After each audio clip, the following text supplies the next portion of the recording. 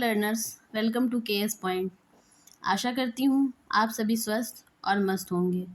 आज मैं पढ़ाने वाली हूँ सीटेट जुलाई के लिए, सीटेट जुलाई 2024 के लिए सीडीपी का टॉपिक विस्मृति। कल के वीडियो में मैंने पढ़ाया था स्मृति और आज मैं पढ़ाऊँगी विस्मृति, जो कि बहुत ही इम्पॉर्टेंट टॉपिक है। तो आइए पढ़ते हैं विस्मृति। विस्मृति क्या होता है? विस्मृति का अर्थ व परिभाषा। तो स्मृति की भांति विस्मृति भी एक मानसिक क्रिया है। अंतर केवल इतना है कि विस्मृति एक निष्क्रिय तथा नकारात्मक क्रिया है। स्मृति हमने पढ़ाया था, स्मृति मतलब याद करना। तो स्मृति की तरह विस्मृति भी एक मानसिक क्रिया है ना। स्मृति भी एक मानसिक क्रिया थी और विस्मृति भी एक मानसिक क्रिया है। अंतर केवल इतना है कि विस्मृति एक निष्क्रिय तथा नकारात्मक क्रिया है। विस्मृति मतलब भूल जाना और स्मृति मतलब याद रखना। तो विस्मृति, अगर हम कोई चीज़ भूलते हैं तो हमारे लिए अच्छी नहीं होती है ना। तो इसीलिए बताया गया कि विस्मृति एक निष्क्रिय तथा नकारात्मक क्रिया है। स्मृति के साथ साथ विस्मृति का अध्ययन भी महत्वपूर्ण है।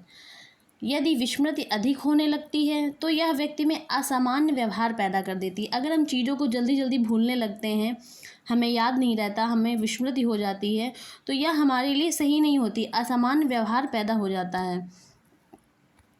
हम कोई नई बात सीखते हैं या नया अनुभव प्राप्त करते हैं, तब हमारे मस्तिष्क में उसका चित्र अंकित हो जाता है ना। जैसे हम कहीं गए या हम किसी से मिले तो हमारे साथ जो नई बात होती है, नई घटना होती है, उसका हमारे दिमाग में चित्र अंकित हो जाता है। हम अपनी स्मृति की सहायता से उस अनुभव को अपनी चेतना में फिर लाकर उसका स्मरण कर सकते हैं, है ना। अगर हम कहीं गए हैं और हमारे साथ कोई घटना हुई तो हम उसे घर आकर फिर से याद करके लोगों को बता सकते हैं, है ना। या जब हमें उसकी ज़रूरत हुई तो हम उस चीज़ को याद कर सकते हैं। तो वही बताया गया कि अपनी स्मृति की सहायता से उस अनुभव को अपनी चेतना में, अपने दिमाग में लाकर उसका स्मरण कर सकते हैं। पर कभी कभी हम ऐसा करने में सफल नहीं हो पाते। हमारी यही असफल क्रिया विस्मृति कहलाती है। पर कभी कभी क्या होता है, किसी की याददाश्त कमज़ोर होती है ना, कोई मानसिक रूप से कमज़ोर होता है तो उसे याद नहीं रहता है, तो वह चीज़ों को भूल जाता है। अब उसके साथ जो भी हुआ या उसने कोई घटना देखी या उसने कुछ देखा, तो वो जब याद करने की कोशिश करता है तो उसे याद नहीं आता है। तो वही बताया गया कि कभी कभी हम ऐसा करने में सफल नहीं हो पाते। हम उस चीज़ को स्मरण करना तो चाहते हैं लेकिन हम असफल हो जाते हैं। तो हमारी यही असफल क्रिया विस्मृति कहलाती है, ये विस्मृति कहलाती है। अब बताया गया कि दूसरे शब्दों में भूतकाल के किसी अनुभव को वर्तमान चेतना में लाने की असफलता को विस्मृति कहते हैं। ये इम्पॉर्टेंट है, ये मतलब लाइन आ भी सकती है कि भूतकाल के किसी अनुभव को वर्तमान चेतना में लाने की असफलता को विस्मृति कहते हैं। हमारे साथ भूतकाल में जो भी हुआ है, अनुभव हमने जो किया, उसे हम वर्तमान में अपने दिमाग में नहीं ला पा रहे हैं, उसी असफलता को विस्मृति कहते हैं, मतलब भूल जाना कहते हैं। अब आगे पढ़ते हैं। मनोवैज्ञानिकों के द्वारा बताई गई हैं कुछ परिभाषाएं विस्मृति के विषय में। तो हम पढ़ेंगे। पहली परिभाषा है मन के अनुसार। मन ने क्या बताया है विस्मृति के बारे में? तो सीखी हुई बात को स्मरण रखने या पुनः स्मरण करने की असफलता को विस्मृति कहते हैं। ये इंपॉर्टेंट है, मन की परिभाषा। ये परिभाषा दे दी जाएगी और पूछा जाएगा ये कौन से मनोवैज्ञानिक ने लिखी है या बताई है। तो इनकी मन की परिभाषा क्या है कि सीखी हुई बात को, इसको तो हम बहुत आसानी से याद कर सकते हैं, सीखी हुई बात को स्मरण रखने या पुनः स्मरण करने की असफलता को विस्मृति कहते हैं। हमारे एग्ज़ाम में मतलब टॉपिक से एक क्वेश्चन तो आता ही है। फिर आगे है ड्रेवर ने क्या कहा है विस्मृति के बारे में? ड्रेवर के अनुसार, तो ड्रेवर ने बताया कि विस्मृति का अर्थ किसी समय प्रयास करने पर भी किसी पूर्व अनुभव का स्मरण करने या पहले सीखे हुए किसी कार्य को करने में असफलता ही हमारी विस्मृति कहलाती है।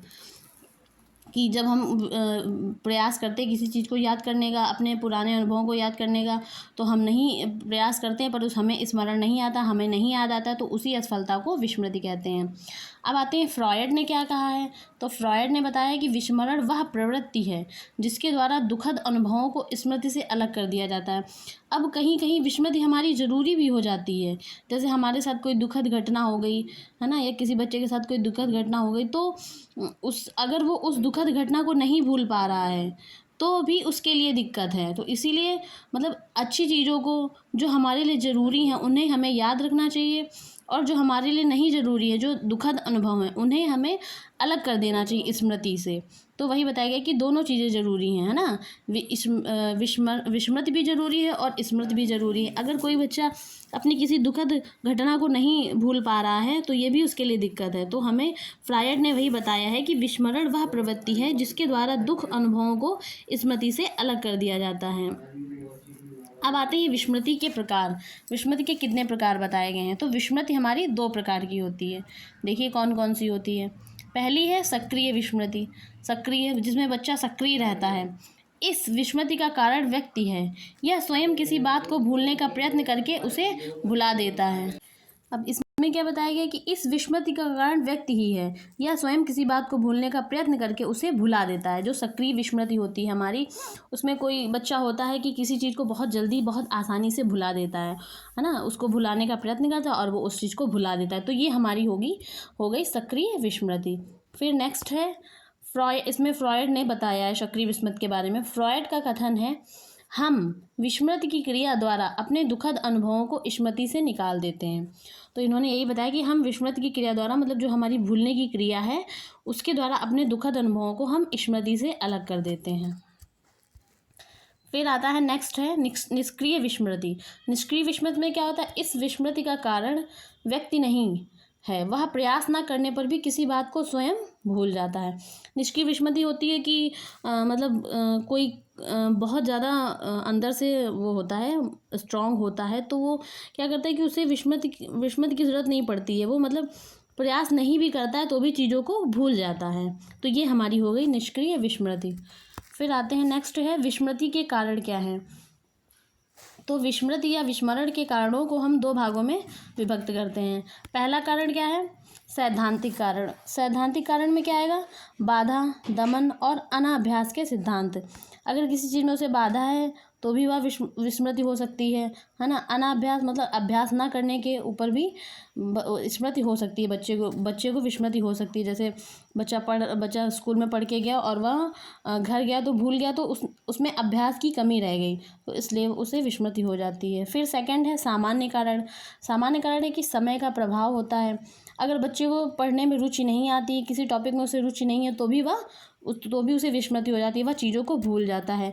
विषय की मात्रा, अगर हमें ये देख के बच्चे को पढ़ाना है कि वो कितना पढ़ सकता है, ये नहीं कि बस पढ़ाते ही चले जाए ना, तो हमें विषय की मात्रा का भी ध्यान रखना है। ये हमारे सामान्य कारण होते हैं विस्मृति के। तो थैंक यू गाइस।